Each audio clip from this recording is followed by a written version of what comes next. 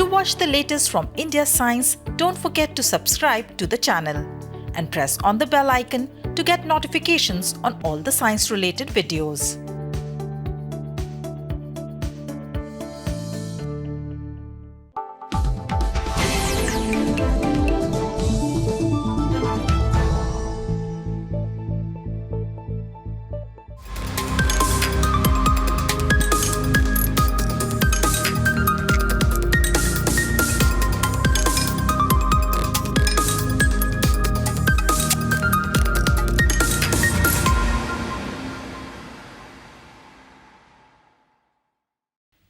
Namaskar, I'm Harsha Sharma and you're watching SciTech, a show where we unravel the science behind everything.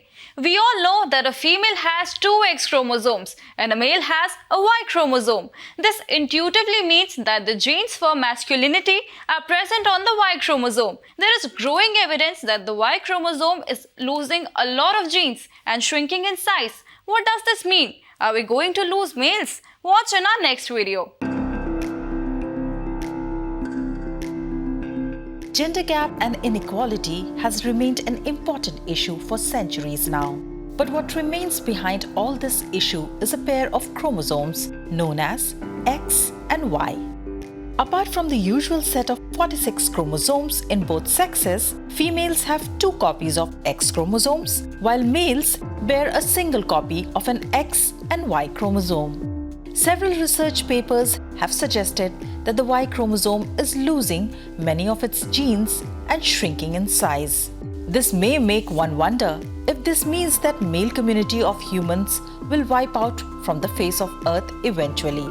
To answer this question, one should know how the Y chromosome was born and what are present on the Y chromosome which makes the one bearing it a male. Research shows that both X and Y chromosome were born from non-sex chromosome, and eventually the one carrying an important gene, SRY gene, and some other genes became Y chromosome. SRY gene leads to the development of testes, making the one bearing it a male. Studies have also shown that some species of rodents have lost Y chromosomes, but this doesn't mean that they only have females. This is because before the Y chromosome died or wiped out, the function performed by important male genes on Y chromosomes were being taken by genes in other chromosomes. This means that the presence of Y chromosome is no longer required to be a male in those rodents, but is determined by those new set of genes. This is the reason researchers believe that we need not worry. If the Y chromosome has to die out, it will pass on its important function to some other genes in other chromosomes, which will then decide whether the offspring would be a male or female. Oh, by the way, did I tell you that at the rate which the Y chromosome is shrinking, it will take at least 4.5 million years for Y chromosome to be wiped out. 4.5 million years is a long time. So for now, just sit back and relax. Males are here to stay for long. According to the special theory of relativity, the maximum speed with which a wave can travel is the speed of light, that is 300,000 km per second. However, until now, it was not known whether sound waves also have an upper speed limit when traveling through solids or liquids. Know it all in this video. According to physics, sound is a vibration that propagates as a wave, and it requires a medium like a solid, liquid, or gas to travel. The speed of sound is different in a different medium. In the air, it is around 330 meter per second. In water, it is about 1500 meter per second. And in steel, it is 6000 meter per second. Also, sound cannot travel in a vacuum. To understand this, let's first understand how sound travels.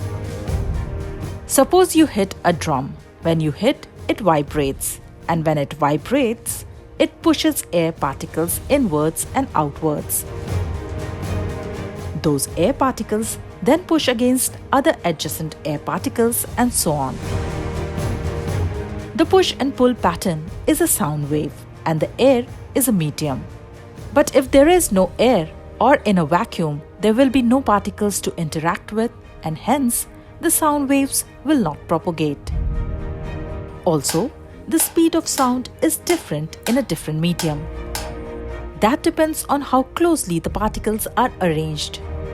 For example, in the air, the particles are very far from each other, and hence it takes more time for one particle to hit another. But in liquid, particles are quite close, and in solids, the particles are densely packed, which means less time to reach the neighboring particles.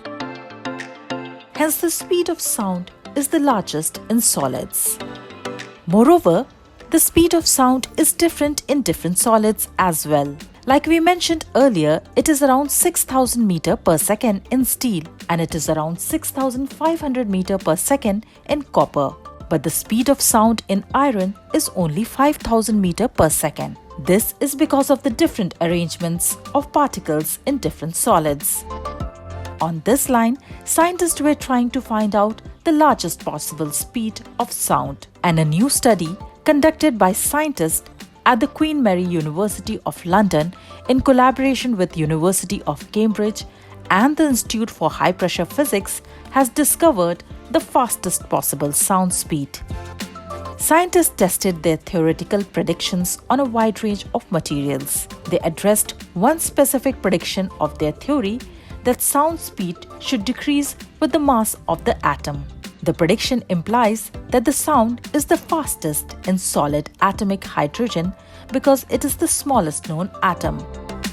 However, hydrogen is an atomic solid at very high pressure, above 1 million atmospheres only, pressure comparable to those in the core of a gas giant like Jupiter. At those pressures, hydrogen becomes a fascinating metallic solid. Thus, scientists performed state-of-the-art quantum mechanical calculations to test this prediction and found that solid atomic hydrogen sound speed is close to the fundamental theoretical limit, that is 36,000 meters per second, which is twice as fast as the speed of sound in diamond, the hardest known material in the world. Time to wrap up this episode of SciTech. You can share your feedback and suggestions to us on the email ID flashing on your screens. And for more such videos, download India Science app or visit our website www.indiascience.in. And do not forget to follow us on social media. Before we end, here is a fact of the day for you. The speed of the sound does not only depend upon the pressure, that is, the distance between particles. It is also dependent upon the temperature, that is, the energy of each particle.